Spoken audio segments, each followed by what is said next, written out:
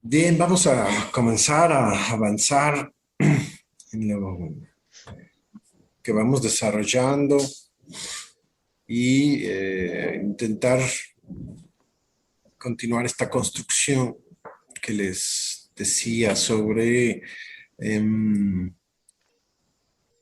una culpa, eh, la relación de la culpa con la singularidad y cómo en el contexto actual de la civilización, en lo que veíamos en notas sobre la vergüenza,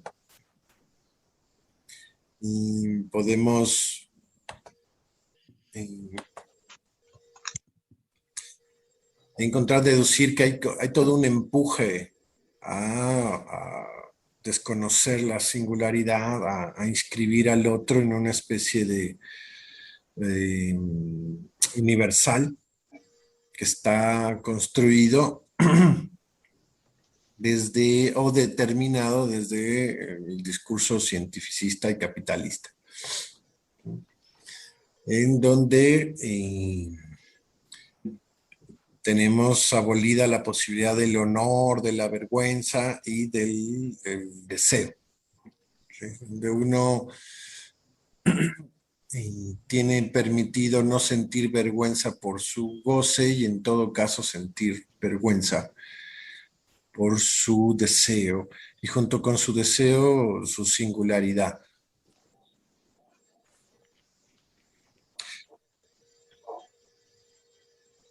Quiero que vayamos, o voy a intentar ir agarrando los elementos para seguir construyendo esa parte en donde quisiera situar los sentimientos de culpa, abrir la posibilidad de preguntarse si esos existen o no, o de qué manera se le presentan al sujeto contemporáneo. Ya me voy adelantando con esto, ¿no? De una especie de culpa por su singularidad. ¿Sí? Entonces, en la medida en que abandona su singularidad, ¿sí? Abandona el sentimiento de culpa y entramos al discurso contemporáneo donde nada es imposible. El nothing is impossible o el just do it en un avance ahí que alimenta definitivamente la idea de la omnipotencia del yo y que tenemos en esta época con las plataformas, el mundo de la era de la informática, de la comunicación, una cantidad de elementos que ayudan a alimentar la idea narcisista de la omnipotencia del yo. Es con esta construcción final con la que quiero que vayamos repasando lo que hemos visto hasta ahora, desde la carta uno que les propuse como la psicología o la subjetivación del amor y el desamor en el bebé, que formalmente querría decir la subversión del objeto real, ¿sí?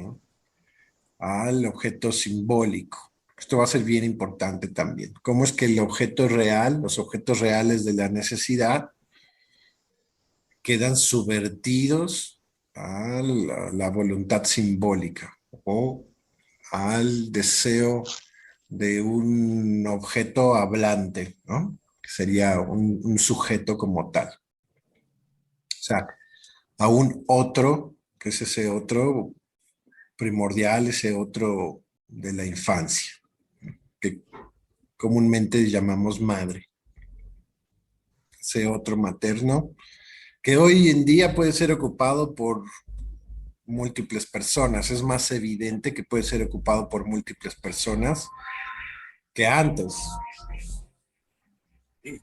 Esta época nos permite recrudecer y esclarecer esas funciones, tanto esa la función materna que es la que va a llevar al bebé no solamente el biberón, el medicamento y el calor, sino la palabra, ¿sí? El que va a transformar a ese bebé en un sujeto hablante y por lo tanto un sujeto demandante, un sujeto de la demanda.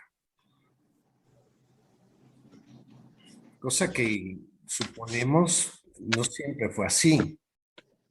Y bueno, y lo verificamos justo al observar al bebé o al ser humano prelingüístico.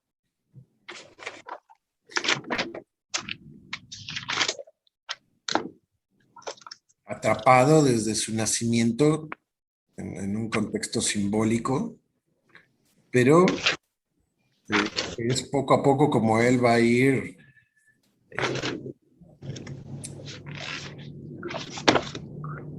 convirtiéndose de manera casi determinante al mundo simbólico imaginario.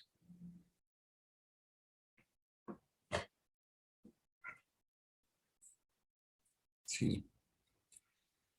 Entonces, desde ese primer punto, esa primera carta, hasta pasar a la segunda carta de Pegan a un niño, con sus tiempos, ¿no? Que nos permiten localizar ese pasaje del sadismo al masoquismo y la relación que tiene esto con la idea del amor, la implicación lógica entre el amor y el desamor a través del castigo o la frustración. Para después llegar, por así decir, a la carta 3, que sería la carta del adulto, donde podemos pensar el texto de Freud, ahí donde los que triunfan fracasan, ¿eh? O ahí donde el que está a punto de triunfar fracasa, ¿eh? Que ese es más común.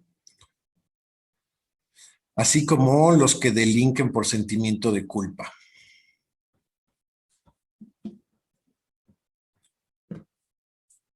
Bueno, esos son como que los tiempos que hemos venido construyendo y localizando en los textos de Freud y en estos textos que también les compartimos de Lacan y de Miller,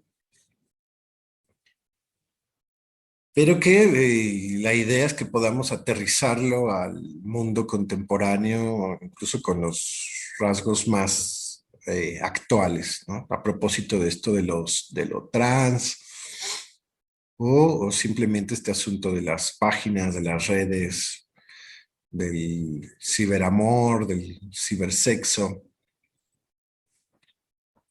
en fin. Bueno, antes quería invitar a Selva que trajera su participación, porque me hizo llegar una pregunta, pero le pedí de favor que mejor la hiciéramos aquí en el curso para que entre todos pudiéramos trabajarla. Entonces, no sé si lo tiene Selva. Sí, sí, cómo no, Aldo, aquí la tengo. Ahorita la planteo. Bueno, la pregunta es la siguiente. ¿Qué relación hay entre el planteamiento de que el significante remite siempre a otro significante en el orden simbólico y por lo tanto a la relación de objeto? Es larga, entonces voy a tratar de que sea una pregunta, pero primero voy a leer. Bueno, voy a seguir. ¿Qué relación hay entre el significante que remite siempre a otro significante en el orden simbólico y por lo tanto a la relación de objeto, el cual juega un papel fundamental en este planteamiento? ¿Y qué sería hasta donde entendí, la función de la metonimia y su relación con la designificación? término que tú, Aldo, utilizaste en la clase pasada a propósito del camino a la singularidad y la relación de ambos, o sea, la metonimia y la designificación, con la significantización y resignificación. Bueno, esta es la pregunta, que está muy larga. Y concretamente es, pues sí, ¿qué relación hay entre esta cuestión de la metonimia, la función de la metonimia y su relación con esta designificación y con estos términos que has, bueno, con estos, sí, términos, ahorita le llamaré términos, que has utilizado de la significación y resignificación, que a mí en un momento dado me sugirió que podrían ser términos hasta sinónimos, y que de alguna manera están relacionados con la conceptualización freudiana de las... bueno, hasta ahí lo dejo para que yo ya no abunde y a ver si entendiste mi... Bueno, yo te la escribí, entonces creo que a lo mejor es más fácil si tú la tienes a mano. Más allá, ya librándote tú misma, resignificando lo que acabas de decir y desidentificándote con el texto que acabas de leer, tú misma, ¿qué te hizo, qué causó en ti? ¿Qué es lo que quisieras decir? Bueno, es que hasta donde entendí, este texto lo traté de elaborar a partir de la página 218-220. No sé si se valga leer lo que me... no, pero no, es que es muy largo. No, para que ya no leas. Bueno, lo que me llevó a hacer esta pregunta es la cuestión de la metonimia, que es la conexión entre un significante y otro. Y desde luego donde está uno de los significantes, bueno, esta relación es una relación metonímica, pero uno de los significantes que desplaza al significante original es simbolizado. Es que esto me pareció súper importante, porque el planteamiento es la madre, el deseo de la madre es desplazado hacia el nombre del padre, según el planteamiento de Miller, que está invocando a Lacan, y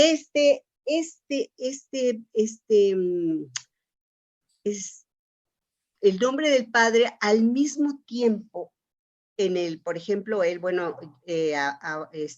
habla del trabajo de Freud, de Juanito, del pequeño Hans, que este padre al mismo tiempo es desplazado por otro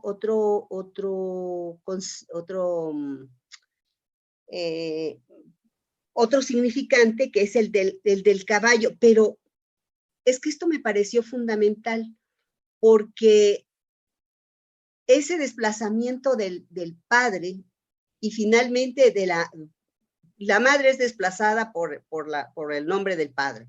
Y después este nombre del padre en un momento dado es desplazado por un significante que ya no tiene nada que ver ni con la madre ni con el padre, hasta donde entendí, o no, o sí tiene que ver con la madre. Y lo que yo entiendo es que este significante simbolizado va resignificando los otros dos significantes y al mismo tiempo los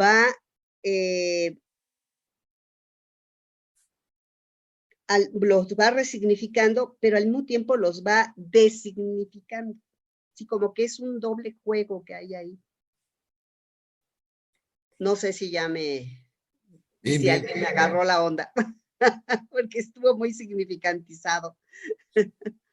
Bien, bien. Se trata de eso, de traer así como esas construcciones más auténticas, más libres, sí, que efectivamente nos permiten poner sobre la mesa lo que está de fondo, ¿no? Y si recuerdan, en estos textos de Freud que vimos sobre el sepultamiento del complejo de Edipo, el superyo como el heredero del Edipo, y nos trae entonces a relucir cómo efectivamente resignificamos aquel complejo de Edipo a través del superyo. ¿Sí? Que esto nos va a permitir entonces ubicarnos, pues ya no solamente al bebé o al niño, pegan a un niño, sino al adulto mismo, al sujeto, a la humanidad misma, en estos términos, digamos, alrededor del Edipo, lo predípico, lo edípico y lo postedípico, ya sea a través del superyo o a través de un proceso psicoanalítico que tendría como efecto final o efecto inevitable la destitución del superyo. Y cuando digo destitución, quiero tomar uno de los términos que cita Selva, que sería la desidentificación.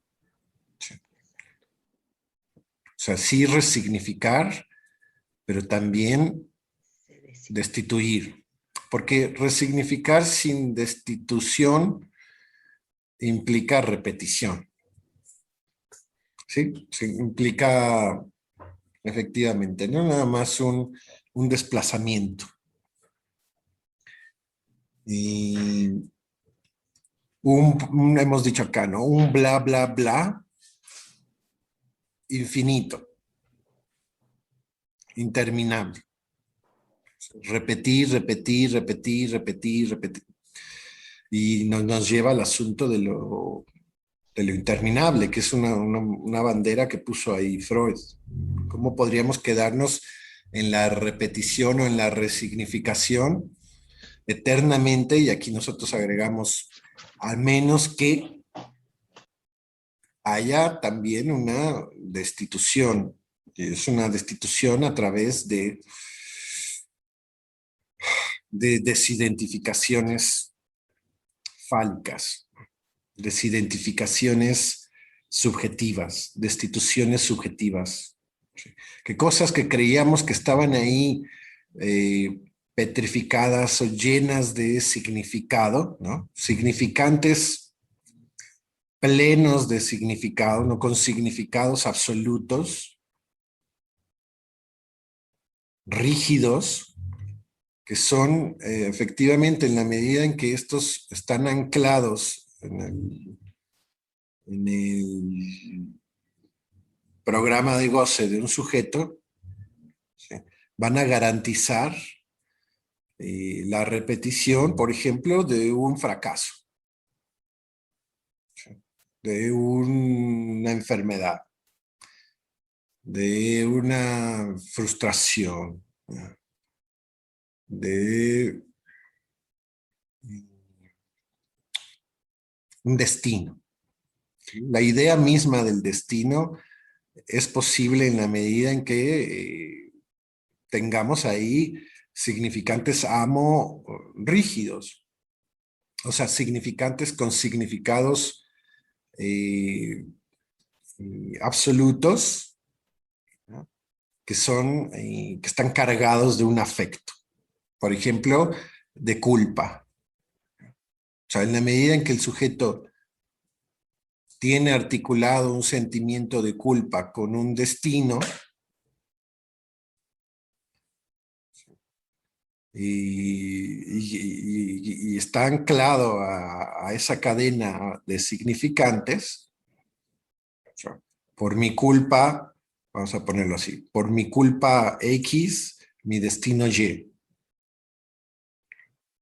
Y si esa frase está plena de sentido imaginario, ¿no? Pero de sentido finalmente, el sujeto pasa pegado a esa idea, piensen a esa identificación, por eso la palabra desidentificación, a esa identificación el resto de su vida. Porque chueco derecho, a través de la identificación hay una ganancia en el ser. Es lo que soy. Esto es lo que soy. ¿Qué? Mi culpa A y mi destino Y. Y vive todos los días verificando con su cuerpo esa idea. Ahí está garantizado el karma, el destino, el castigo, pero también el ser. O sea, que en esta pasión neurótica, esta pasión, vamos a pensarlo, del ser humano, ¿sí? Esta pasión del humano por ser, así que el humano es el que cree que es, ¿no? El ser humano, el humano que quiere ser y que pretende ser y puede ser, según él, solamente a través de ciertas ideas, de ciertos significantes, es como él puede ser. Ah, ya, en un segundo tiempo valorará eh, la fortuna al respecto, el éxito al respecto. Pero por lo menos es, por ejemplo, el, el, el esclavo, ¿no? El ser un esclavo no es lo mismo que no ser, que ser nada, que no ser.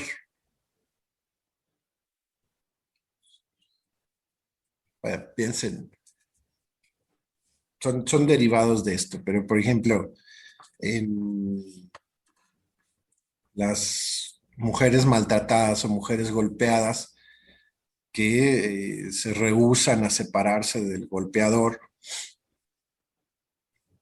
porque el golpeador finalmente le trae una garantía en ser. Soy algo para ese, pero finalmente soy. Y ya la degradación que se le juega ahí a ella pasa supuestamente a un segundo término. Digamos, el sufrimiento que se le juega a ella y la mala fama que se le juega a ella, por ejemplo, pasa a un segundo tiempo.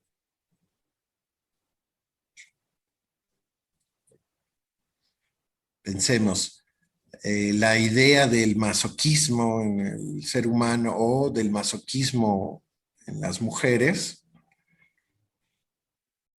pasa a un segundo tiempo también para las mujeres mismas. O sea, hasta podríamos pensar en términos sociales que se puede politizar ese masoquismo. O sea, ahora puede ser como una carta de presentación, incluso, pero esto lo voy diciendo para que vean cómo podemos construir un ser, cómo lo que está de fondo es la posibilidad de ser y, en este caso, de ser alguien en el mundo simbólico imaginario, que es a lo que estamos nosotros amarrados, sujetos. Cuando decimos sujeto del lenguaje, sujeto del inconsciente, es que estamos amarrados, sujetados al mundo de lo simbólico imaginario, al mundo del semblante. Digamos que para bien o para mal, pero estamos tan amarrados que incluso la idea misma de soltarnos ahí, de desidentificarnos, de destituir al otro, de destituir nuestra propia subjetividad, nos da miedo. Dejar de ser. Dejar de ser nos da miedo. Y curiosamente, ese de ser, ese dejar de ser, tiene que ver con el final del análisis, que está caracterizado más bien por la pérdida del sufrimiento, por la destitución del superyo, por la desaparición del sentimiento de culpa inconsciente y por la potencialización del deseo, ya separado de la demanda de amor infinita puesta al otro, ¿no? O sea, en la medida en que el deseo está puesto como motor de la demanda de amor al otro, como nos lo deja ver la carta 1, la carta 2, o el tiempo 1, el tiempo 2, donde el bebé necesita del amor del otro y del reconocimiento del otro para vivir, para sobrevivir. Literal. No es como otros seres vivos, ¿no? que nacen y pueden sobrevivir ya solos, siempre y cuando encuentran esos objetos de la necesidad, objetos reales, ¿sí? en su entorno, ¿no? Pero no sufrieron lo que sufre el ser humano. Y digamos que al ser humano le tocó pues la suerte de que lo que más necesitaba para sobrevivir en el mundo era el reconocimiento del otro, el amor del otro, pero sin el otro él no podía hacer nada, era totalmente impotente. Es la impotencia, es la angustia con la que nace el bebé. Totalmente impotente, es todo ser humano nace prematuro, ¿no? Y eso hay que tomárnoslo bien en serio en términos psicológicos también, en términos de la subjetividad. Este asunto de la incompletud es muy importante. ¿Por qué? Pensemos, simplemente en la época actual queda más claro, ¿no? Hay todo un discurso que nos ofrece todo el tiempo la promesa de la completud. Pero la promesa de la completud no funciona en un sujeto que se asume incompleto por definición.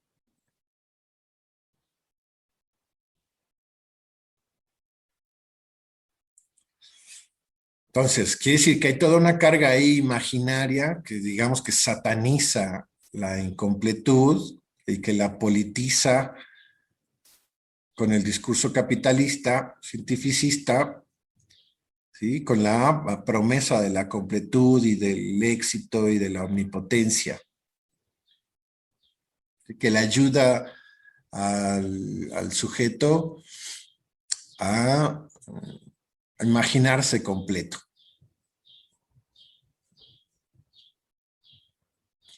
Gran parte de un análisis tiene que ver con destituir los significantes que hacen que el sujeto imagine que por ciertas rutas sufrientes alcanzará la completud.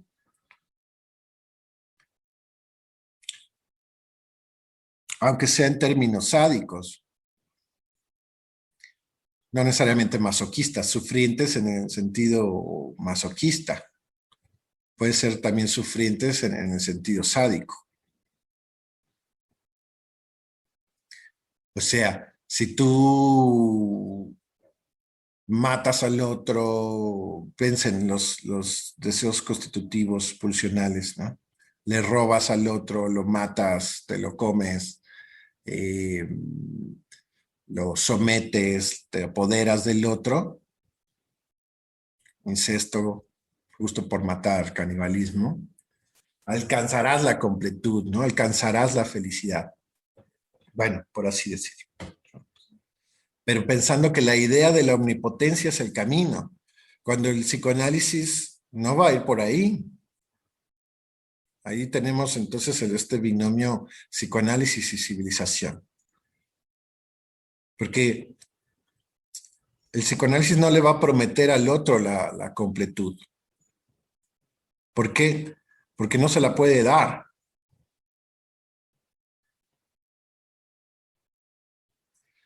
El último párrafo de El porvenir de una ilusión dice eso. Dice, no, el psicoanálisis no es una ilusión. Sí lo sería pensar que puede encontrar en otro lado lo que el psicoanálisis no le puede dar.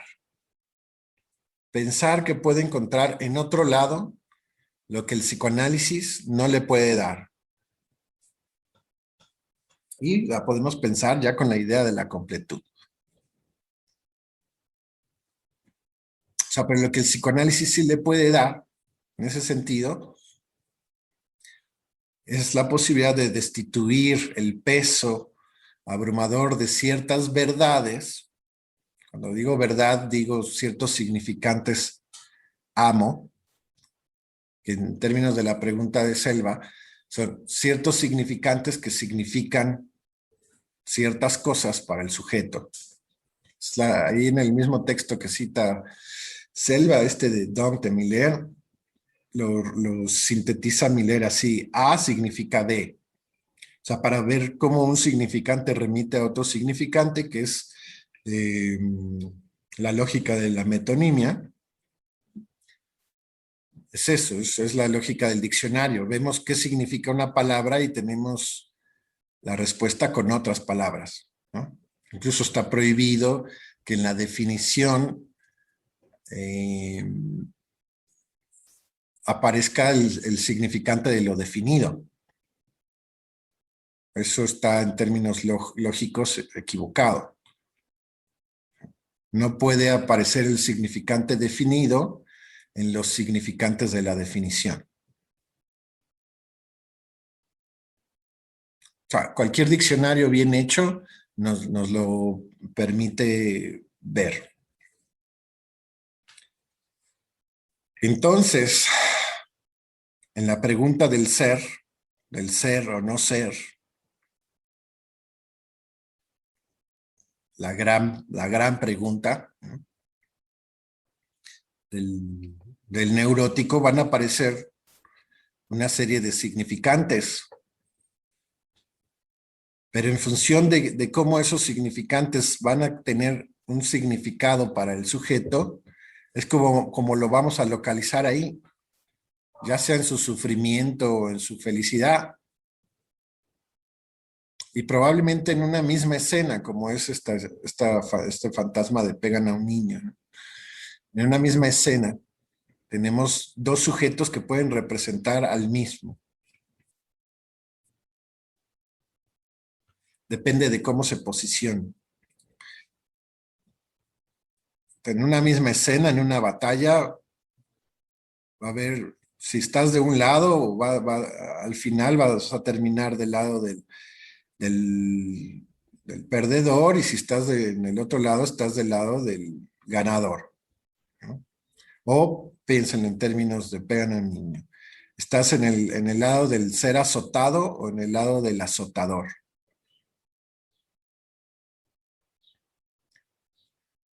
Para empezar, ¿no? Porque puede haber una tercera en donde ninguna de las dos, ni azotado ni azotador, ¿no? Pero esa tercera posición necesita de las primeras dos para después desidentificarse de ahí, ¿sí? Y destituir ciertas cosas, ciertas ideas, como tienes que estar de alguno de los dos lados, del lado del azotado o del lado del azotador, para tener otra posición, necesitamos destitución. ¿Sí? Y más bien resignificar cuál es nuestra posición en relación al azote mismo, que ahí lo pone Lacan, al látigo mismo como el significante amo, el látigo.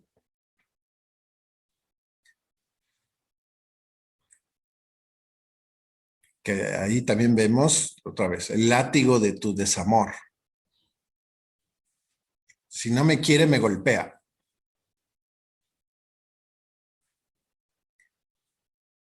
¿Sí? Y bueno, pues podemos construir la parte. Yo soy culpable de que el otro no me quiera, por eso me golpea.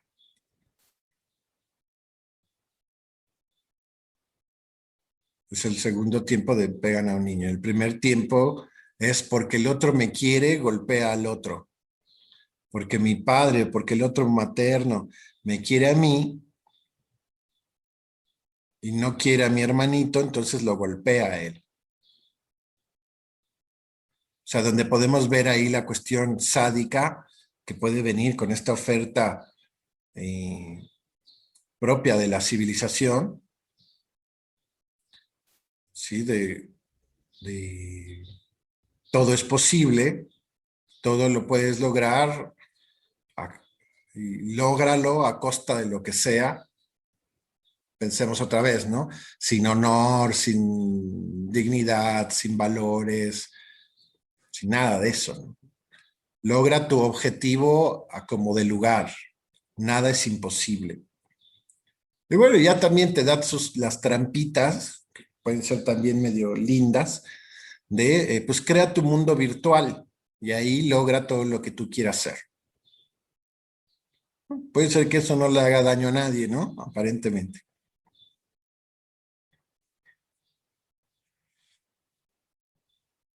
O no le importa el daño que le puede hacer a alguien, porque finalmente la idea es sé quien tú quieras ser a como de lugar, sin vergüenza, sin culpa, sin remordimiento, finalmente hazlo. Entonces eso se puede realizar, por así decir, en el campo de lo social, ahí hablo de lo social, lo familiar, lo laboral, lo profesional, o se puede hacer en el mundo virtual, que no por ser virtual deja de ser. O sea, como el mundo virtual también está hecho de significantes. Entonces, efectivamente, un sujeto puede optar por esa oferta a través de la tecnología y realizar, entre comillas, realizar eh, esa demanda, que ahora se convirtió en la demanda del otro, que nos pide que nosotros hagamos lo que nosotros querramos sin miedo, que simplemente lo hagamos, just do it, porque nothing is impossible, porque nada es imposible. Hazlo. Pero ahí ya es el sujeto, digamos, el que responde a la demanda del otro, que nos dice que hagamos ese despliegue o esa especie de realización. Incluso ponen en relación a esa realización la idea del éxito. Hay frases así como realízate como mujer, por ejemplo.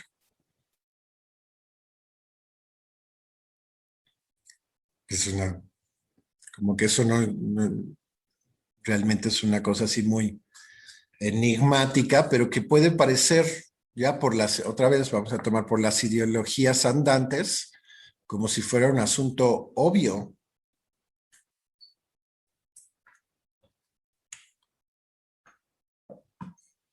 Que es realizarme como mujer. Y bueno, vamos a aplicarla rápido a los demás, ¿no? ¿Qué es realizarme como hombre? ¿O qué es realizarme como trans?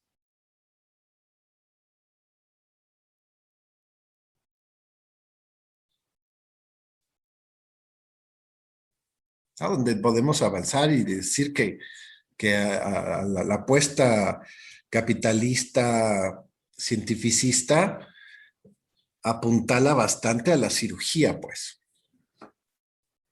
a la cirugía transexual, como una posible realización del objetivo o del ideal trans. Como el trans realizado, supone un cierto éxito, un cierto saldo de saber, una cierta satisfacción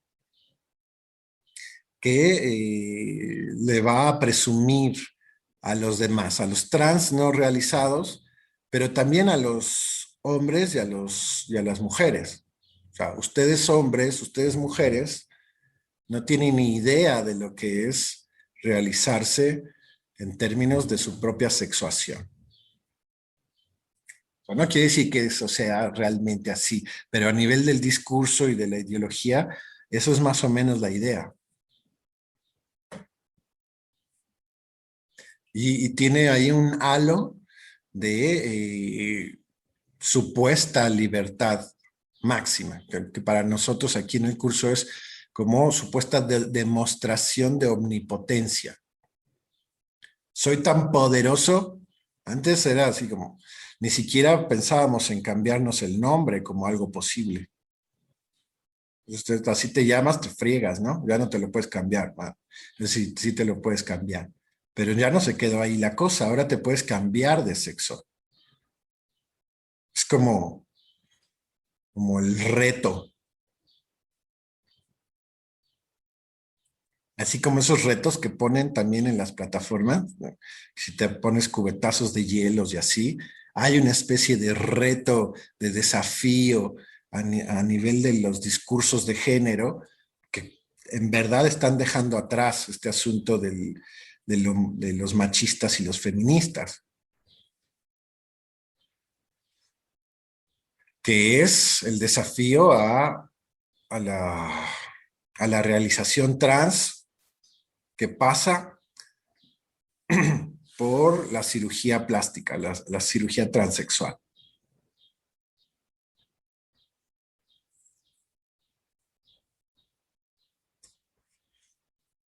Bueno, para hablar de cosas así muy, muy actuales o muy en boga. Pero si nos vamos un poquito atrás, como decía, a propósito del realizarse como mujer y de ese primer capítulo del texto de Freud, de los que triunfan cuando fracasan, el capitulito de las excepciones, ¿no? Donde nos dice cómo un sujeto que se siente eh, desafortunado en la infancia, como agravado por el otro, por este otro que ya tenemos la carta 1 que le llamo, la del bebé, la subjetividad del bebé, de que dependía del amor del otro, ¿no? Bueno, que se sintió, que se siente o que puede dar testimonio de haber sufrido el desamor del otro, ¿sí? Y las consecuencias de eso, los agravios que sufrió, los golpes, las violaciones, y que ahora por lo mismo se sienten autorizados a reclamar permanentemente una indemnización de lo sucedido y además autorizados a la venganza.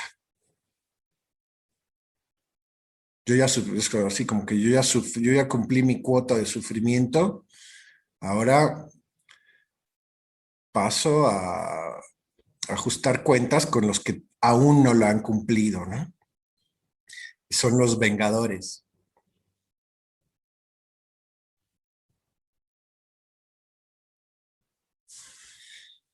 ¿No? Como esta serie que se llama Hunters,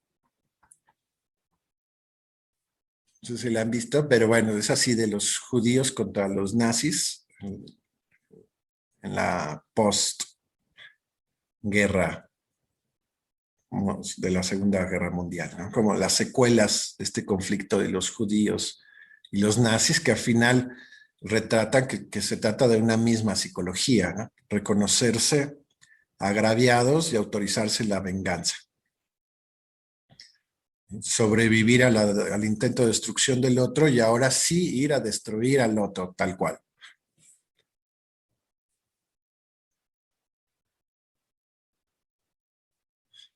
Pero en esto del machismo, el feminismo y lo trans, se juega también esa lógica. No estamos diciendo que en las relaciones generales del hombre y de la mujer, no, sobre todo en estos que están más atrapados en discursos, en ideologías, ¿no? Tanto de los hombres o los machistas como las feministas. Hombres que se sienten agraviados por el poderío que se le da ahora a las mujeres en la sociedad, donde se sienten en desventaja. Un poco en esta línea les hablaba de un amigo mío que estaba en Australia y que decía que los hombres allá, en términos generales, están más apagados, más sometidones. Porque algún disgusto que le provoque a una mujer y puede meterse, por lo menos provisionalmente, en problemas jurídicos. Mi amigo me daba un cierto testimonio de eso, como a él mismo le había pasado, ¿no? Y para pasar a un tema que conocemos más comúnmente, como que es la protesta femenina, ¿no? Propia del feminismo, donde exige que se le haga ahí una reparación de daños y por lo pronto una igualdad de circunstancias.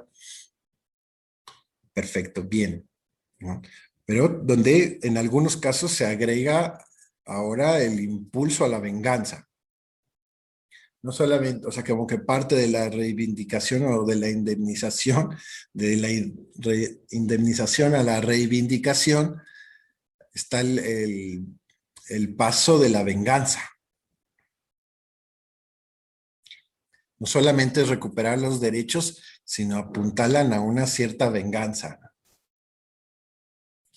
Hablan, por ejemplo, de una compensación en la suma de los hechos en el tiempo, ¿no? O sea, tanto tiempo las mujeres hemos vivido tal desventaja que ahora no es suficiente el asunto de la equidad de género, sino se necesitaría una cierta compensación. ¿Sí? Como para realmente equilibrar las cosas. Y por allá vamos en el asunto del discurso trans.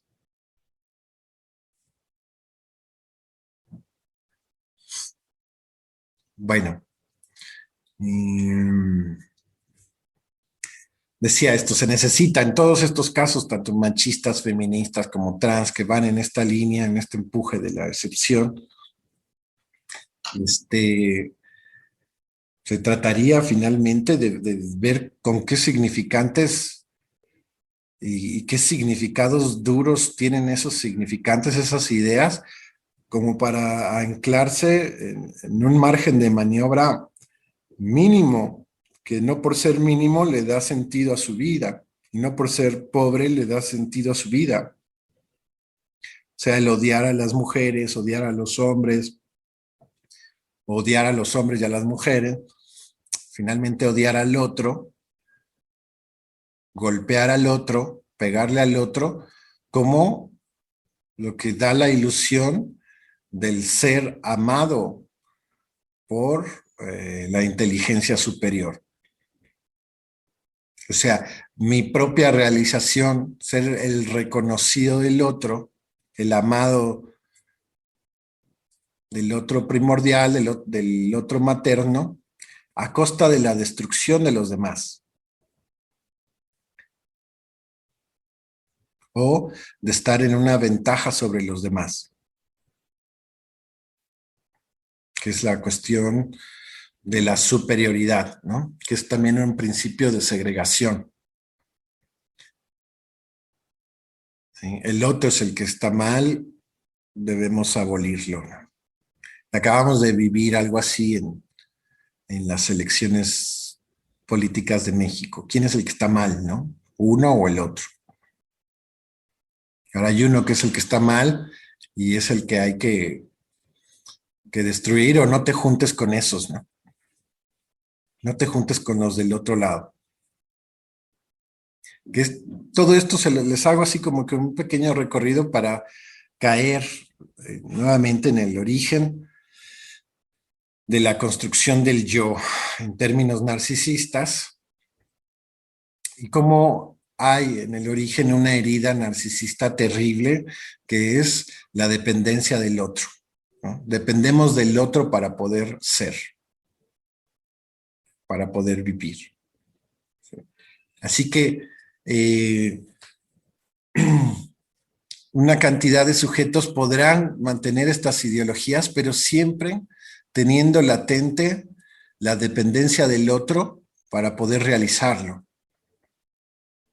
donde del otro depende finalmente mi, mi felicidad, mi satisfacción o el dejar de sufrir.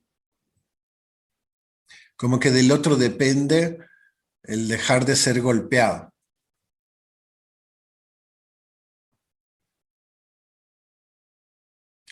Y de mí depende que el otro me quiera lo suficiente como para que no me golpee. Y si soy golpeado, si fracaso, si estoy enfermo, finalmente es un indicio de que el otro no me quiso, que el otro prefirió a alguien más. Y podemos ahí encontrar las raíces del sentimiento de culpa inconsciente, que garantizan, digamos, el sufrimiento y la enfermedad de un sujeto. La gran tesis de Freud tiene que ver con eso, que es más bien la culpa y la agresión volcada hacia nosotros mismos a través del castigo, lo que no nos permite la felicidad, sobre todo eso. No es el poder de la naturaleza, la necesidad de convivir con el otro, la limitación del cuerpo propio, sino la pulsión de muerte, ¿no? El super yo, ¿sí? Que nos castiga y que una manera perfecta de castigarnos es no permitirnos el placer.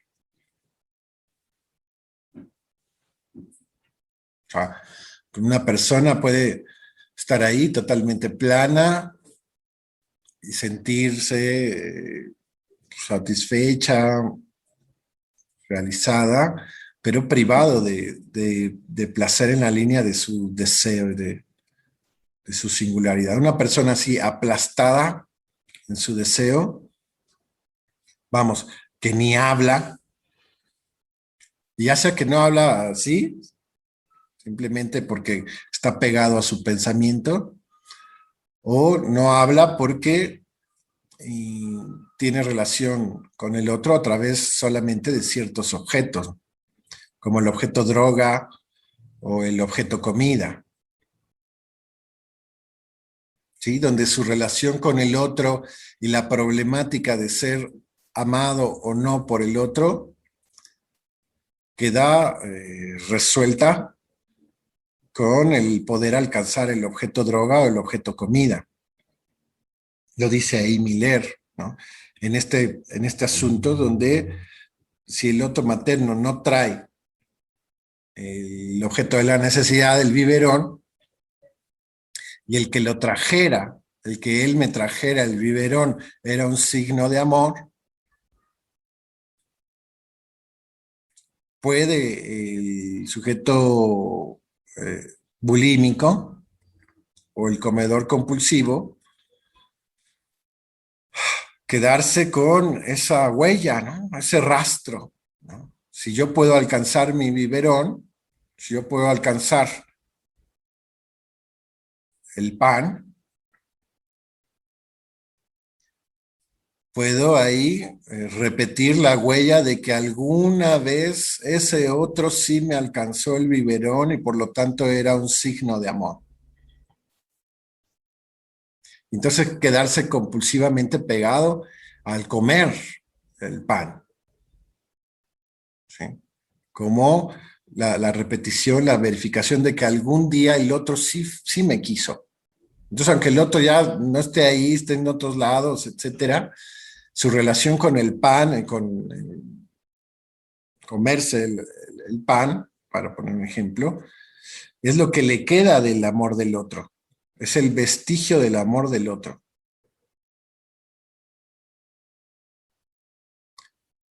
Que ahora le puede venir bien como para pues, sobrevivir así, pero no buscar, no vérselas más con el otro del inconsciente, el otro del lenguaje, pues. Donde queda ahí ese objeto aparentemente designificantizado, aparentemente sin sentido, como puede ser el objeto droga o el objeto comida, ¿sí?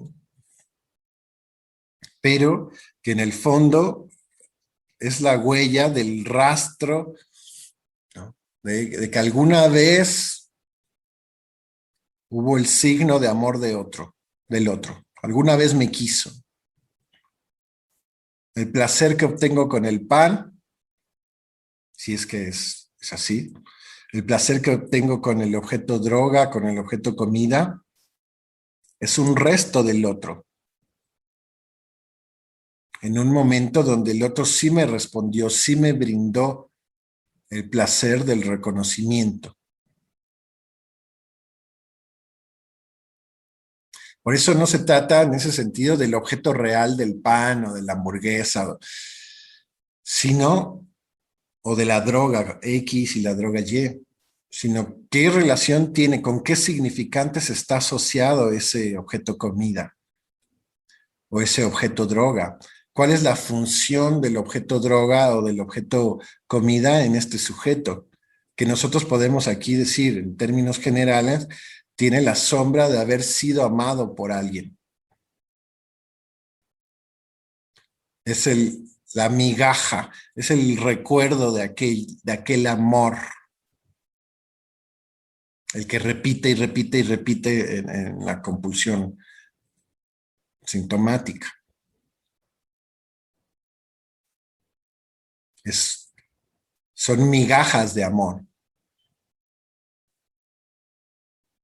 pero que son a nivel del recuerdo, a nivel de la huella anémica, son efectivas, fueron reales. ¿Cuántas veces han escuchado ustedes cómo una persona puede rescatar a alguien a través de un recuerdo y conservar ese recuerdo como fotografía, ¿no?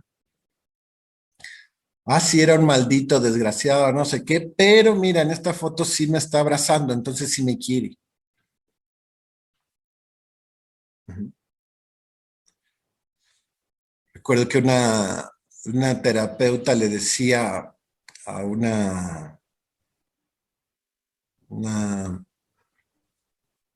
paciente que después de andar de aquí y allá, finalmente viene conmigo, pero me narra que la psicóloga con la que estaba le decía que a propósito de su madre, del odio que tenía su madre, era una madre que abiertamente la despreciaba a favor de la hermana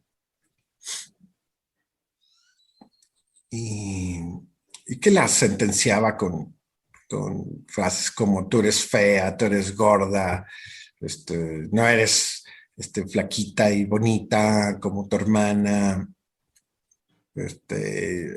así una cantidad de cosas que podríamos decir que justificaban el odio, el resentimiento a esa madre, pero la táctica de la terapeuta esta era que se reconciliara con ella, que la amara porque era su madre. Y que solo por el hecho de ser madre tenía que conciliarse con ella. Y entonces en esa insistencia, yo respondo, pues sí, porque pues, mamá dice que pues, sí me quiere. Es más, hay una foto ahí donde me estaba abrazando. Y entonces la terapeuta alimentaba esa idea de que en esa foto estaba el testimonio del amor de la madre. Y por lo tanto, en términos super yoicos, ahora ella tenía que lograr el objetivo terapéutico de amar a esa mujer, como si tuviera que reforzarle esa idea. Cuando esta paciente, gran parte de su sufrimiento era que no podía dejar de verificar el desamor de la madre. O sea, que se esforzaba eso todo el tiempo, por todas formas, y volvía a encontrar el mismo resultado del desamor de la madre, el desamor de la madre, desde la infancia hasta la adultez. Ya era una mujer más o menos 30 y tantos, ¿no? Entonces, como de por sí el sujeto queda ahí atrapado, como para que bajo ciertas ideas, ciertas ideologías se pretenda eh, desconocer los afectos auténticos. Esta mujer no puede deshacerse de esa madre, pero la manera en que está atada ahí es a través de la verificación de los desaires, del desamor, del desprecio de la madre. Pero no deja de intentarlo una y otra vez, y otra vez, y otra vez.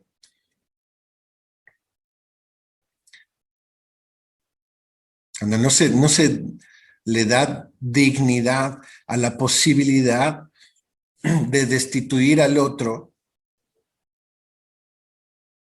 ya a través de localizar los significantes que se le van jugando ahí, sino al revés, ¿no? Decirle que el éxito está en que finalmente logre lo que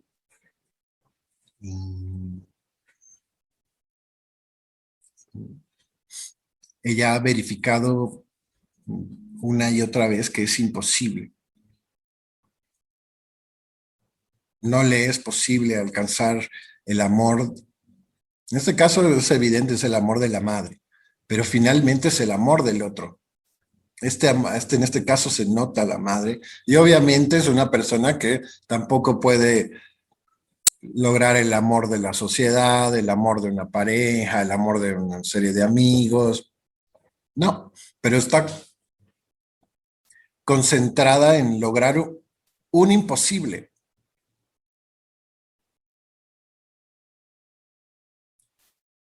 Pero ella lo vive como impotencia y la terapeuta le hace vivir como impotencia eso, como que bajo ciertos movimientos sí lo podría lograr. Entonces depende de ella lograr el ser amada por la madre.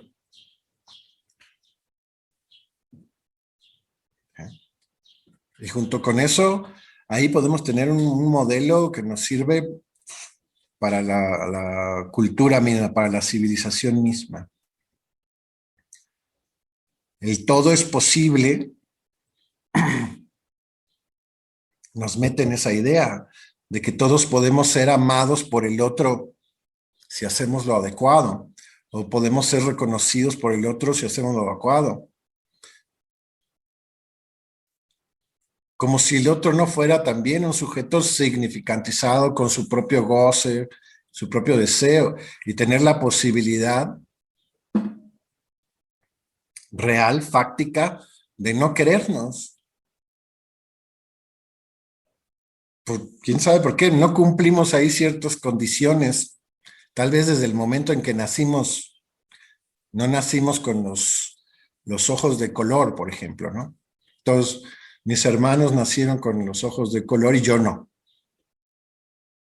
Y ya, rasgo suficiente para que el otro pudiera también descargar un poquito de su agresividad y de sus condiciones de amor.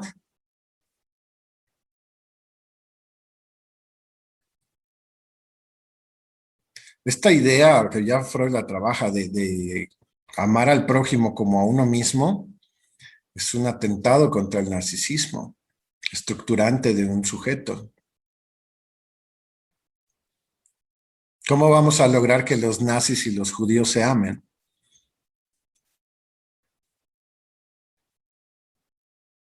No quiere decir que, o sea, como les iba a decir hace rato, en el Chivas América juegan y al final uno gana, otro pierde, unos están felices y otros no. Y sí, pueden haber términos singulares, la posibilidad de que un americanista ame a un Chiva, aunque no necesariamente sea por asuntos de fútbol, pero se pueden crear ciertos movimientos para que se dé ahí esa compatibilidad, pero en ningún caso es posible la generalización. Ya Freud nos lo dice, bueno, ahora imagínense, puedes amar a todos y eso es equivalente a tener sexo con todos. ¿Cómo vas ahí a dignificar las condiciones sexuales que vienen a veces muy empalmadas con el amor? Bueno, ese asunto donde el otro está en falta y donde justamente por la falta del otro puedo yo no ser amado por él y por la falta en mí que no puedo ser amado por él. Haga lo que haga. Igual y logro que no me asesine y él logra que yo no lo asesine ni le robe ni nada, vamos, para no entrar así en una rivalidad a muerte. Pero ya hay estas ideas omnipotentes de que si tú quieres, te puedes hacer amar por quien tú quieras, pensando aquí en el ser amado por el otro como el origen, ¿no?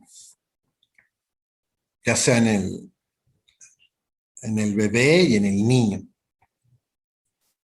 También es en el adulto, porque el adulto justo fracasa porque no se siente amado por el otro. Y siente la culpa porque dice, por mi culpa el otro no me amó. Yo tuve la culpa, así, eso llega a los absurdos, yo tuve la culpa de no tener los ojos de color. Fue mi culpa, o fue el destino. O bueno, aunque me ponga pupilentes, pues el otro me lo agradece, pero en el fondo sabe que son pupilentes, que hay ahí un maquillaje, un semblante, ¿no? Entonces, los semblantes que se nos invita a utilizar para lograr el éxito, para lograr el reconocimiento del otro y el amor del otro. Y se nos venden como si fueran fórmulas. Hacen libros que prometen esas fórmulas y que en el mejor de los casos son invención de un otro que podemos leer, que podemos ver en un video, pero no son propias. Nosotros mismos traemos nuestras propias fórmulas, como esa. ¿Sí? Como no tuve los ojos de color, entonces mi destino fue este, ¿no?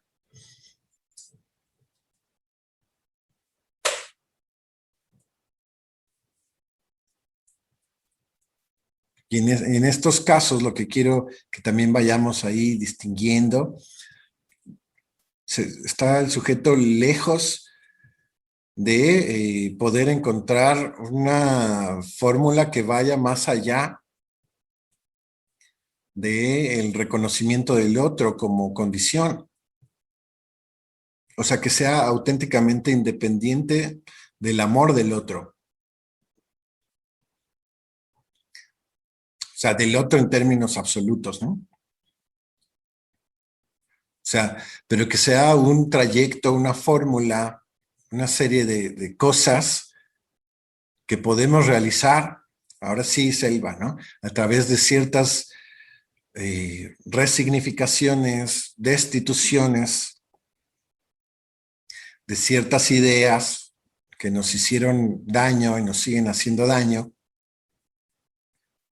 como esa de tienes que lograr el amor de tu madre, porque tu madre si te quiso, mira esa foto donde te está cargando, olvida lo demás, todo lo otro, olvídalo, perdónala.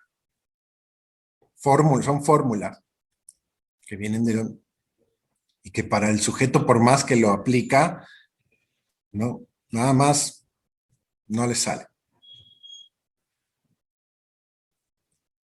Y que nosotros así, en una dimensión ética más amplia, también, o sea, ¿por qué vamos a forzar al otro que nos quiera? Es tanto como un abuso sexual. ¿Por qué voy a forzar al otro a tener relaciones sexuales conmigo? ¿Por qué? ¿Porque querer es poder? Si se hacen, porque nada es imposible, porque solo hay que hacerlo. O sea, es desconocer en verdad esa diferencia con el otro que es estructural. O sea, por más maquillajes que se hagan, como en estos mundos virtuales donde no podemos convivir varios en ciertos mundos virtuales comunes, como hoy hay muchos en muchos videojuegos, ¿no? Son mundos virtuales donde se puede convivir comúnmente con otros en tiempo real, ¿no? Pero es un mundo virtual, que es eficaz. ¿Por qué es eficaz? Por los significantes que maneja.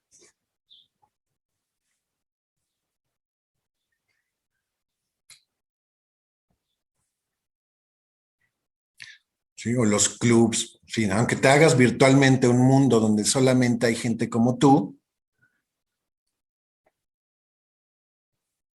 eso sería un maquillaje, eso sería una posposición a la aparición de la diferencia. No porque puedas vivir todos los días en un mundo virtual, para poner un buen ejemplo a propósito de la tecnología y el capitalismo, el cientificismo y el capitalismo, no porque puedas todos los días meterte a ese mundo virtual, realmente desaparece el otro de la diferencia. Puede ser que se te vaya haciendo más insoportable, ¿no? Más insoportable apagar el Fortnite o el PlayStation y vérmelas con mi hermano, con mi mamá, con el vecino, con el mundo, ¿no? En todo caso, lo que vas haciendo es posponiendo el encuentro con la diferencia. Entonces, resignar el deseo omnipotente de la estandarización del mundo forma parte del análisis.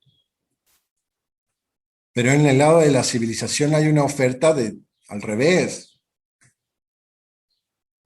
de que lo intentes, sin límites, de que hagas realmente un esfuerzo por alcanzar esa estandarización, así, aunque sea a nivel virtual. Pero podemos verlo en términos sociales, así como lo vemos en la política de el Partido Liberal, el Partido Conservador, donde unos corren ahí con la fantasía de poder eliminar al otro totalmente, pues. paradójico en términos políticos, democráticos, donde se necesita el otro de la diferencia para funcionar, por ejemplo, democráticamente. O sea, los demócratas en Estados Unidos necesitan de los republicanos. Bueno, finalmente se pospone el encuentro o el desencuentro consigo mismos que le provoca la aparición de un otro. El desencuentro, ¿no? El desencuentro con su propio autoerotismo, donde su propio autoerotismo o ser la boca que se besa a sí misma se interrumpe por la aparición del otro. Por ejemplo, cuando hay alguien, un niño o un adulto ahí que está en verdad ahí en un estado de goce ahí autista con el aparato, con el teléfono o la computadora, que está en trance literal, y ustedes vienen a decirle, ven a comer, aquí con la familia, es sacarlo hacerle un cortocircuito en su autoerotismo. Y el otro se enoja en ese sentido con justa razón.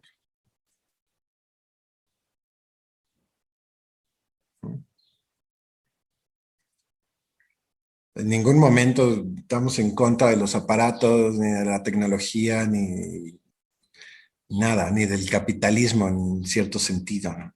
Sino ver cómo son esas posiciones subjetivas, qué nos enseñan a nosotros, qué podemos decir, qué nos ayudan para ilustrar la teoría y la clínica psicoanalítica, que eso es a lo que nos dedicamos, pues, ¿no? Nosotros nos dedicamos a eso, al psicoanálisis, ¿no? No tenemos esas pretensiones de dominar al mundo, no. No porque no las hayamos querido alguna vez, sino que tal vez ya las resignamos, ¿no? Las destituimos.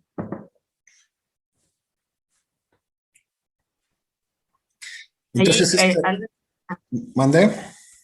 es que, bueno, en esa parte, más bien en lo que planteaba Selva al principio, me quedé pensando como un poco, en algún momento mencionaste, Selva, como que estas destituciones y resignificaciones pues estaban relacionadas con la singularidad. Y pues yo, o sea, me quedé como pensando y se me hizo como eh, pensando duda, ¿no? Y intentando como, eh, pues plantearlo también como en ese sentido. O sea, con estas destituciones y estas resignificaciones, uno va, pues pensándolo así como desmaquillando, ¿no? Como, pues justo esto para llegar a la singularidad. O sea, con estas destituciones uno va hallando como esa singularidad, ¿no? O pensándolo como, o también, justo, o sea, de la manera en que se hacen esas resignificaciones, eh, son como de esa forma por la singularidad. No sé si lo planteé como bien. Sí, porque digamos que son identificaciones heredadas del otro, ¿no? Y Sí, son instituciones, significantes instituidos heredados por el otro, ¿no? Que están no nada más así heredados, sino eh, como enmarcados, impregnado, ¿no? impregnados, sí, y cristalizados en ciertas escenas generalmente de la infancia, ¿sí? En donde sucedieron ciertas cosas, como el fantasma este de pegan a un niño, ser pegado, pegan al hermanito, eh, donde bajo esta idea, digamos, generalizada de necesitar el amor del otro, el reconocimiento del otro para sobrevivir, se pueden cristalizar una cantidad de cosas. Podemos decir en grandes términos que se trataría de destituir esa idea, pero no la idea misma, sino la cadena de significantes que articulan esa idea Sí, caso por caso. Ahí está lo singular también, caso por ya. caso. Pero en términos generales, digamos, de la humanidad, es esa fijación del ser humano o esa regresión que pueden hacer los seres humanos a esa etapa donde tienen que esperar del otro los signos de amor suficientes que vienen acompañados de objetos reales, de la necesidad. Si yo soy amado por el otro, tendré riqueza, tendré alimento, tendré poder. ¿Qué ibas a decir? Ah, bueno, o sea, como pensándolo, o sea, esas identificaciones tan cristalizadas y tan marcadas, o sea, al final la civilización las sigue reforzando, ¿no? Como en ese sentido que decías, pues ve la foto, ¿no? En ese momento, digo, no sé si va como por ahí, pero ve la foto y toma eso, ¿no? O sea, en ese sentido, o sea, la civilización lo sigue reforzando. eh, ¿Cómo podría decirlo? Am, pues sigue, o sea, sigue fomentando, o sea, sí, no sé si decirlo así, ¿no? Pero sigue fomentando como esa parte de que siga así y que no se vea esa, y que no sigue como esa eh, destitución tal vez, ¿no? Exactamente, ¿no? Y al mismo tiempo lo sigue acorralando, ¿no?, con esa idea a, a, a insistir en la omnipotencia de que el otro que yo quiero que me quiera me tiene que querer. Sí, sí, que así debe ser. El otro que me debería de querer me tiene que querer. Y no, o sea, es que no necesitamos hacer nada para que eso se cristalice, vamos, para que podamos verificar que no todos nos quieren y no todos nos quieren todo el tiempo. Y que Y para que nos, querer no, a todos tampoco, ¿no? viceversa, no podemos querer a todos y no tampoco podemos querer a todos todo el tiempo. O sea, hay condiciones, que es de las cosas que hablamos al final de las condiciones de amor, condiciones sexuales, por ejemplo, son muy palpables. No podemos tener sexo con cualquier persona ni de cualquier forma. Les decía, en el psicoanálisis hay tantas sexuaciones como individuos. Entonces, eso es importante y dignificarlo, no el otro camino de querernos forzar a una estandarización sexual, a una estandarización de formas de amor. Pero va, el fracaso del Edipo, dice Freud, es el factor principal para el derrumbamiento, para el sepultamiento del Edipo. La imposibilidad de que ese vínculo primordial con el otro, pensemos, varón o niña, con la madre, supongamos, o con quien está ahí en la función materna, eh, sea lo único del mundo, sea lo único que exista en el mundo. Para lograr eso se necesita un esfuerzo imaginario psicótico, paranoico, ¿sí? De el mundo a mí me quiere, a mí, ¿no? Está atrás de mí. Y tras de mí también así literal, o sea, yo soy el objeto de su deseo. Bueno, lo voy a decir así, en esta misma línea. El mundo me quiere chingar, por ejemplo.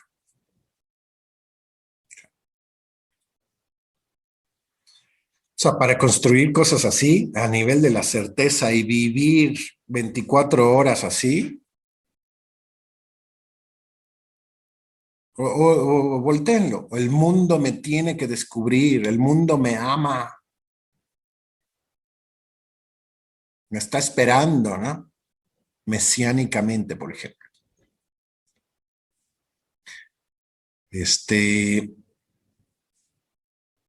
Eso falla. No tenemos que hacer nada para reconocer el hecho de que eso falla. En uno u otro momento, tarde o temprano, falla.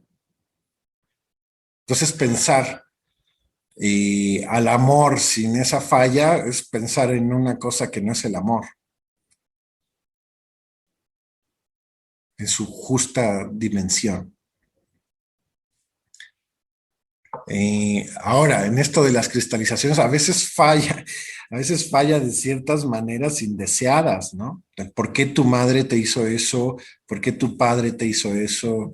¿Por qué tu hermano te hizo eso? ¿Por qué tu hijo te hizo eso?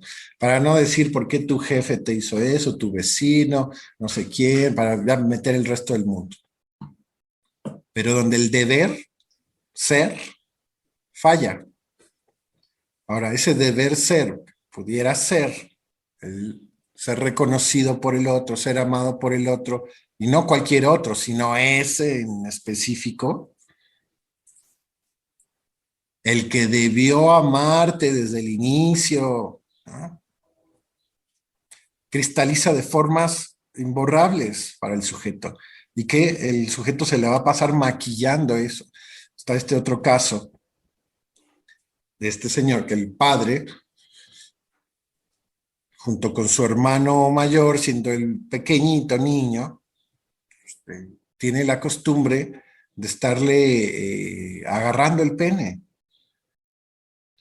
Y a veces el hermano lo agarra a él para que el padre le agarre el pene, por ejemplo, ¿no?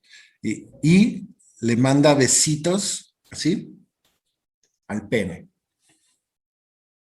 Entonces este señor, un señor grande, Melissa, viene y las primeras cosas que presenta son estas cristalizaciones, ¿sí?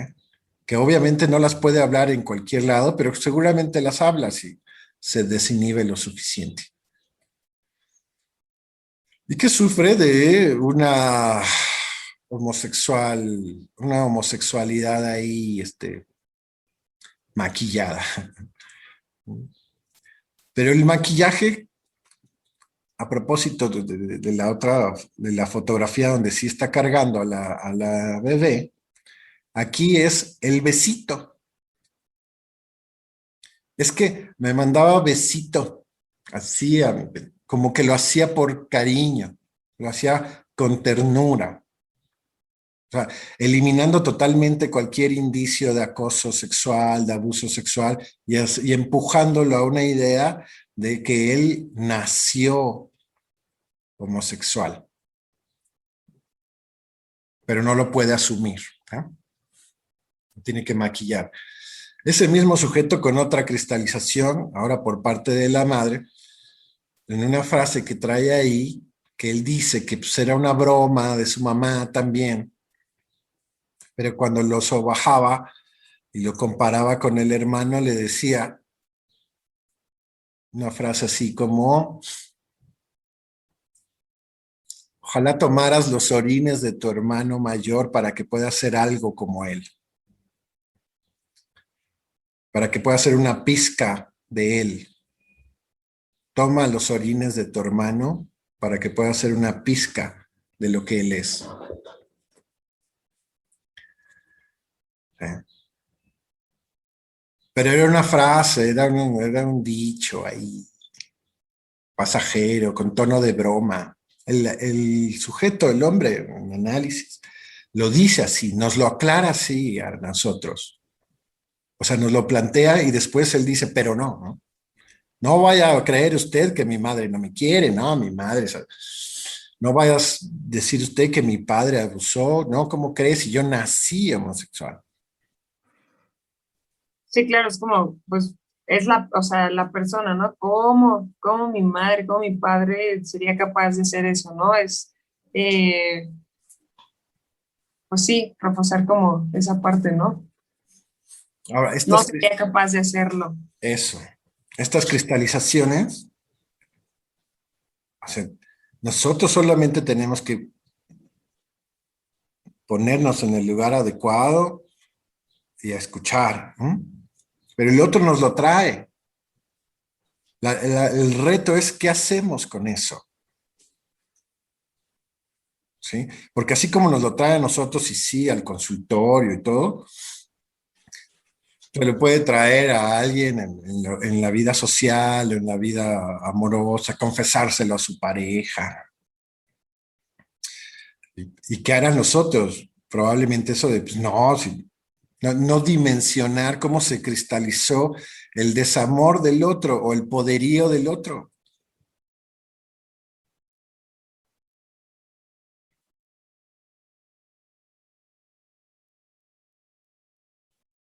Entonces, si nosotros mismos no damos pie, no damos lugar a eso, nosotros mismos, menos podamos, no vamos a poder admitirlo, ni escucharlo, ni que el otro le dé lugar a eso.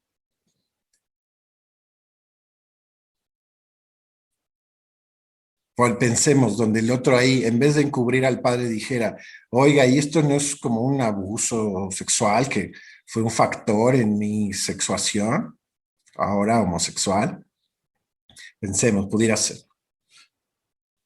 Y nosotros contestáramos, no, pues sí es tu padre, pues eso era un cariñito, estaba bromeando tu mamá, es una cuestión metafórica.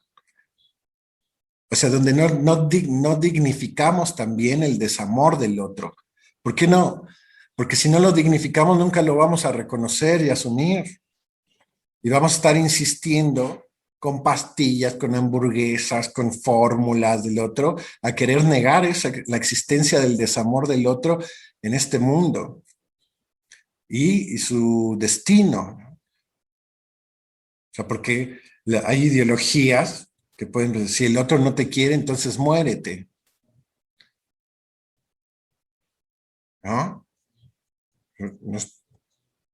Muérete. Si no formas parte del clan, muérete. No tienes derecho. O sea, donde el psicoanálisis puede darle lugar a ese desamor del otro sin necesidad de que eso signifique la autoaniquilación del sujeto. El desamor del otro no es sinónimo a mi propia muerte. Ahora, esa frase, el desamor del otro, no es equivalente a mi propia muerte. Díganselo al bebé, a la carta 1.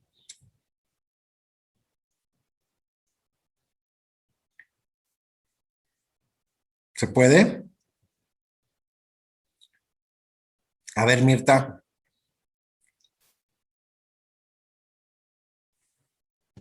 Pues no, ¿verdad? Porque ahí sí, depende el bebé de sus necesidades básicas, del amor del otro.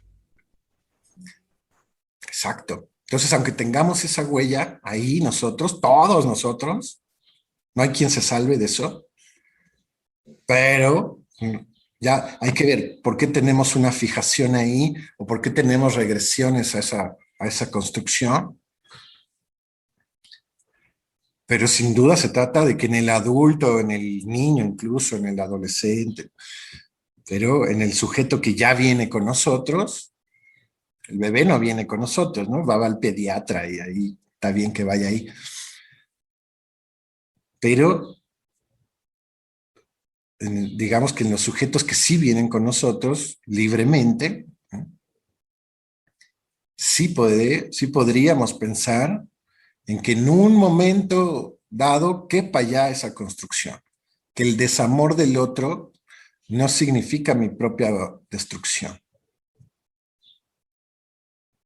que mi felicidad, mi propio camino, mi andar, pensemos, mi éxito, no depende del amor del otro, de todos esos, ¿no? O justamente de aquel, ¿no? Es que como mi mamá me hizo eso, ya yo ya no, soy un marcado, ¿no? Ya no, la vida amorosa y sexual para mí está cancelada. Estar marcados, ser un black eyed, como dice Placebo. Estar ahí, Pero, marcados. ¿Cómo? pero también es posible que el bebé haya sido atendido por una cuestión no en la línea del amor, sino por un deber, y eso también puede resignificarse en un momento dado, ¿no? ¿Qué te imaginas? Pensaba yo en las madres psicóticas, ¿sí? Que hacen las cosas por deber, ¿sí? No por, repito, en la línea del amor. Y entonces, ya el adulto que llega al análisis tendría que resignificar eso, tenía que ver, bueno, ¿cuál es la posibilidad, sí, de hacer relaciones amorosas y salir de ese estatus de estar haciendo, bueno, un matrimonio y tener hijos y todo, pero por el deber, sino realmente apostar a que esas resignificaciones son posibles, ¿no? Ujú. Claro, me hiciste recordar un caso, probablemente un caso de una madre psicótica justamente que tenía varias hijas, pero una de esas hijas es la que viene conmigo con un problema de comedor compulsivo grave, grave. Eh, y parte del delirio de esta mujer, de la madre, era que solamente alimentaba a una de sus hijas, a la más grande. Curiosamente se llamaba Norma, ¿no? Entonces, lo que es la norma, la ley, o el nombre del padre, así como empezaba a decir Selva, para un psicótico, ¿no? Y entonces solamente le lavaba a la hija mayor, ¿no? Norma. Solamente le daba de comer a esa hija. Y ella crea, y finalmente esta mujer también, en su propio delirio, pues no es que cocinara mucho, sino finalmente ponía cosas en el sartén con aceite para que se estuvieran fritas y punto. Ellas las hermanas, pues van repitiendo esa culinaria y este rasgo de la comida, el objeto comida frito en aceite, forma parte del síntoma en el comer compulsivamente de esta mujer. O sea que entre todas las cosas que comía estaba el rasgo preferido que eran cosas fritas con aceite. Y era una especie de reparación de aquella experiencia en la infancia de que esas cosas fritas eran lo que a la hermana que sí querían le daban de comer. Entonces, así como a mi hermana, yo como cosas fritas para localizar los signos de amor de mi madre, que nunca sucedió, pero que ella en el síntoma repara. El síntoma ahí como una reconstrucción, una satisfacción sustitutiva, dice Freud. ¿Sustituta de qué? De haber sido ella sí también alimentada por la madre, ¿no?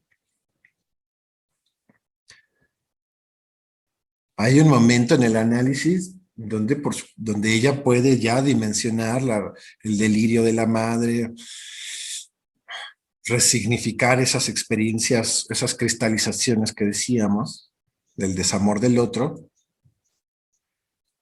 y sí, efectivamente, tomar distancia, bajar ese resentimiento, ese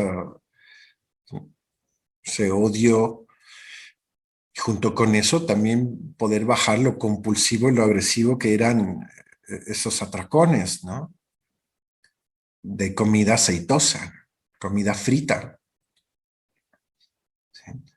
Porque En la medida en que eso se va construyendo, va dejando de ser tan eficaz los significantes o la significación de su síntoma, ¿no? Que a través de esos atracones ella sí lograba el desamor, sí lograba negar el desamor de la madre.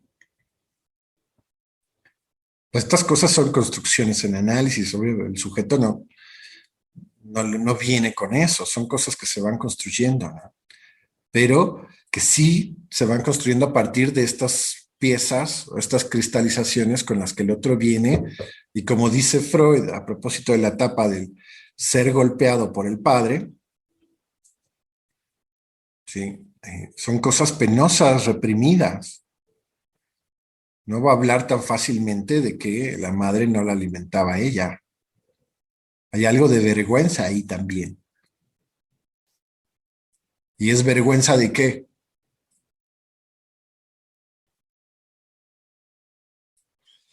¿De qué, Aranza? Del desamor. Eso, del desamor del otro. O sea, porque por alguna razón el otro no me quiso. ¿Qué hice yo para que el otro no me quisiera? Por mi culpa es el desamor del otro. Entonces viene el castigo, que en este caso pues no está en la comida frita necesariamente, sino pues en toda la descomposición de la imagen del cuerpo, todas las consecuencias también de eso, ¿no? Que van a pasar otra vez a un segundo término, porque lo que importa ahí es repetir que ella también alcanza el alimento de la madre con la comida frita. Como esto que les decía, de las mujeres golpeadas,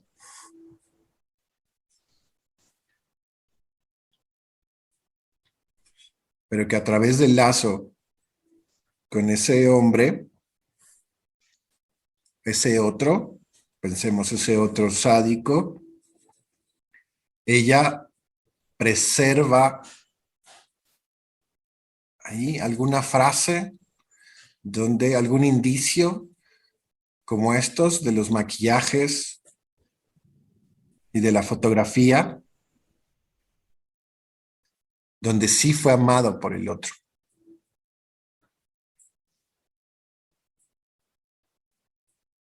Van a encontrar en las mujeres golpeadas generalmente algo de este tipo, de la fotografía donde sí me quiso, de sus dichos pero que eran en broma.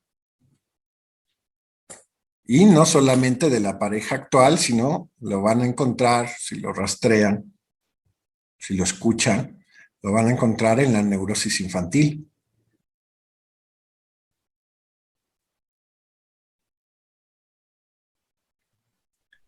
Y es cuando pueden también localizar o llevarlo a la neurosis infantil, donde se pueden hacer rectificaciones también mucho más fuertes, más sólidas, destituciones más sólidas. A veces se necesita una intensidad, ¿sí? de las intervenciones, de las construcciones, para poder destituir una idea o significante ahí, amo, que está petrificado, ¿no? Es una roca eso, que no está tan fácil quitarlo o destituirlo. Digamos que ahí una persona podría, con un resto o un recuerdo de un signo de amor, puede ir o sea, sobreviviendo, ¿no? O sea, mientras se siga como cristalizando tal vez y se siga reforzando esa sobre y ese resto de un signo de que algún día existió de amor, o sea, la persona puede seguir, medio seguir. Exacto. Y ese medio seguir puede estar ahí Medio apagado. difuminado, ¿no? Y como banalizado, como que se pierde entre la masa de la vida cotidiana, ¿no? Sí, Se mimetiza con la sociedad. sí, sí. Pero Y efectivamente, así como le decía Mirta, que es sujeto de estos, de los que están aquí en la sociedad y todo, no tiene también el recuerdo, la fotografía, porque sobrevivió, ¿no? Y si el bebé sobrevivió, es que aunque fuera por el deber ser, como decía Olga, pero se le acercó a ese sujeto el biberón, el medicamento y el calor. Chueco, derecho, o por deber. así es. Y si eso tiene ciertas cargas de identificación, como acá en Zacatecas, y las familias huicholes o los huicholitos que están así en la calle y que a veces están desnutridos, a veces, pero que pues se convierten en adultos y hay pura repetición de lo mismo también, ¿no? Y hay incluso hasta un orgullo y una identificación colectiva y no hay nada que quieras adoptar a un huicholito, estás ofendiéndolos,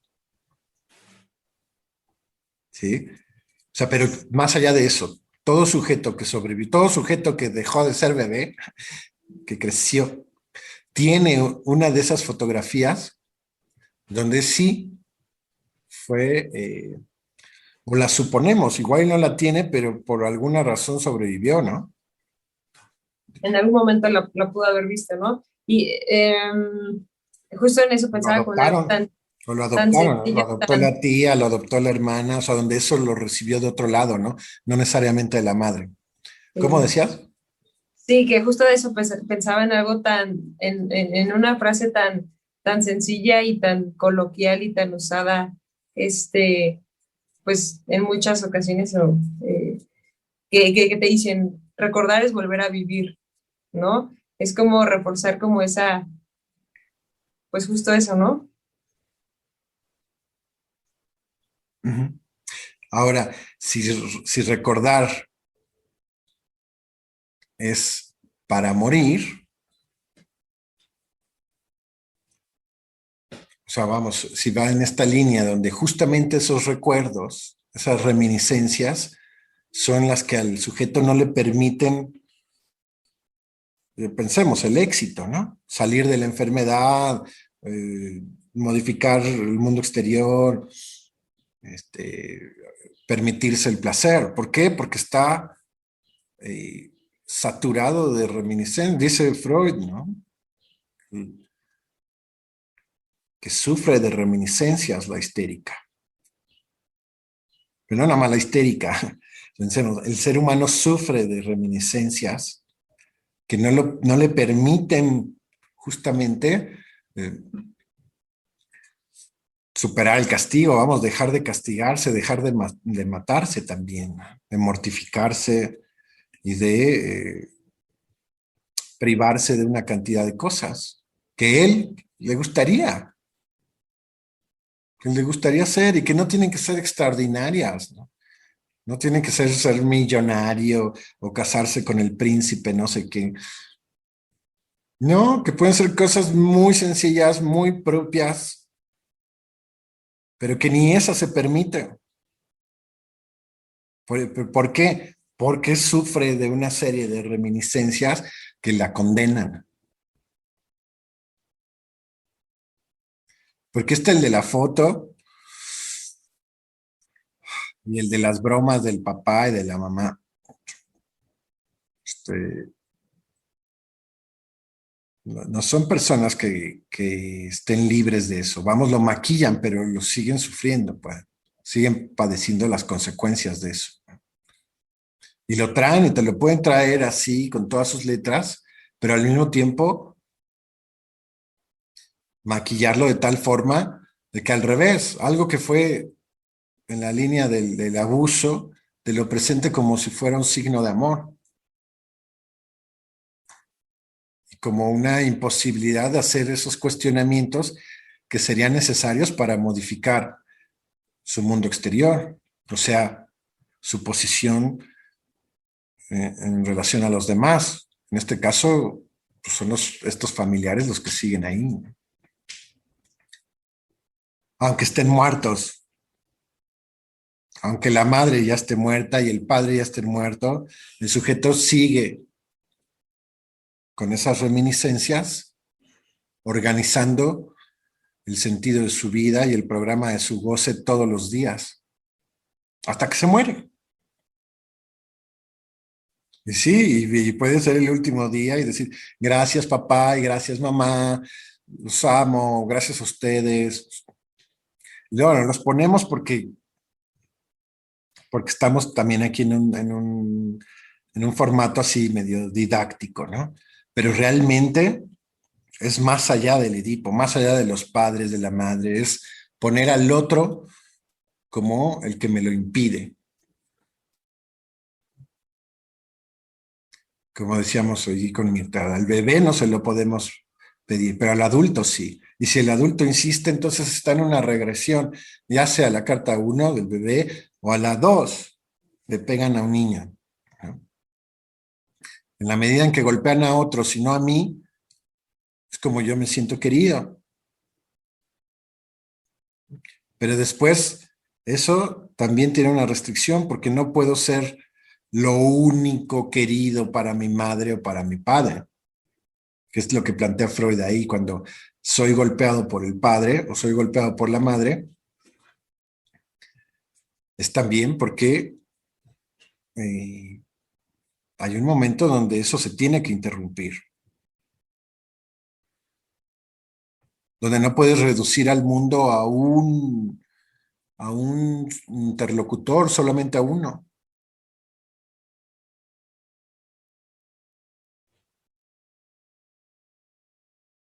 Bueno, lo puedes hacer, ¿no? Con estas fantasías, estos delirios, donde eres el único sobreviviente en la Tierra.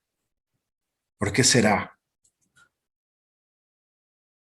Seguro tienes una misión, fuiste elegido, ¿no? Eso de ser el único para entonces poder ser.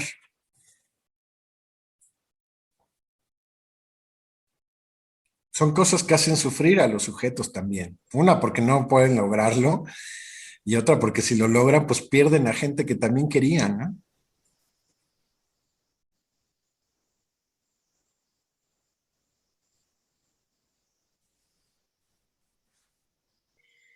Y en esa resignificación, es decir, la pérdida de un objeto amado puede ser una regresión narcisista, pero también puede sentirse después descubierto el sujeto en el sentido de que más que un objeto amado era un objeto odiado. Y por eso también puede venir la vergüenza y la culpa, ¿no? Sí, sí, puede ser, ahí Freud habla sobre todo de la rivalidad con el hermano, ¿no? O sea, golpea a mi hermano y le agregan que yo odio, ¿no? Pero al final es golpea al otro como un signo de amor hacia mí. Hay que también localizar esa construcción, porque eso está más multiplicado de lo que uno cree. A uno mismo podría pedirlo. Si me quieres, golpea al otro. Si me quieres, destruye esto. Si me quieres, destruye aquello. O sea, la destrucción del otro, que ahí es donde está también el goce sádico. La destrucción del otro como un signo de amor a uno. Eso está en la subjetividad, en la psicología de un niñito de 4 o 5 años. Sí. Donde sí puede ser el pégale, pégale, ¿no? Y pégale al otro para que me sienta yo querido, ¿no? O pégale, o ya sabes, ¿no? De que le pegan a la silla con lo que... Le pego a la silla con la que te lastimaste y te tropezaste, ¿no? El, el chiste es ver cómo golpean al otro. En el uno. El paso 2 es uno mismo ser golpeado, lo que nos va a abrir una regla para el ser hablante, para el ser humano, que la voy a poner así, como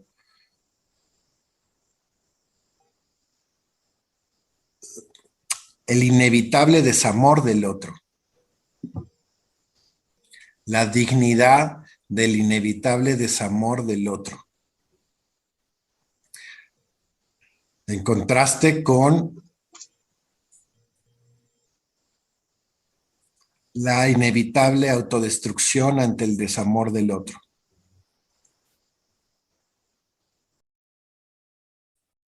Con la que el sujeto puede llegar con nosotros.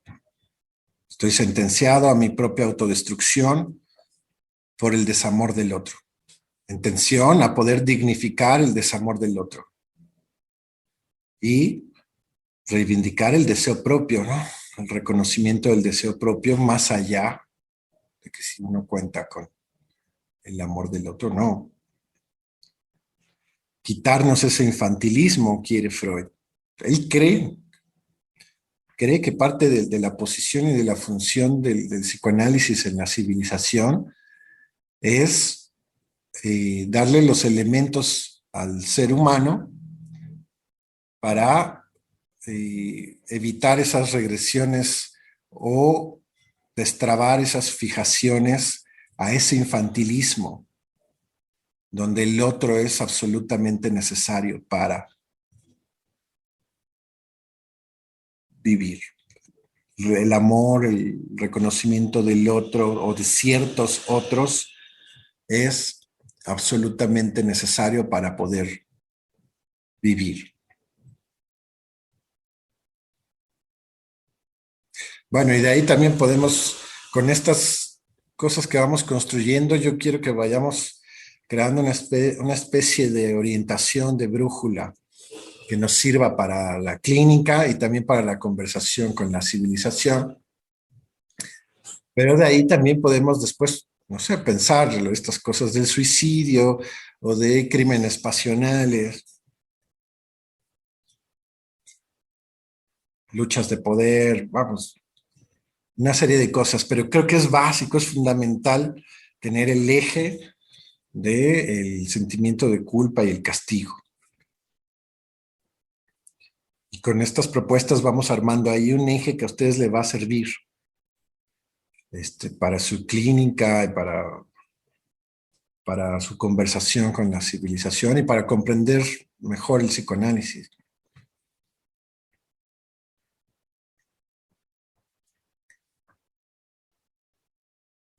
Es muy sencillo, parece muy simple, pero a veces no es tan fácil construirlo.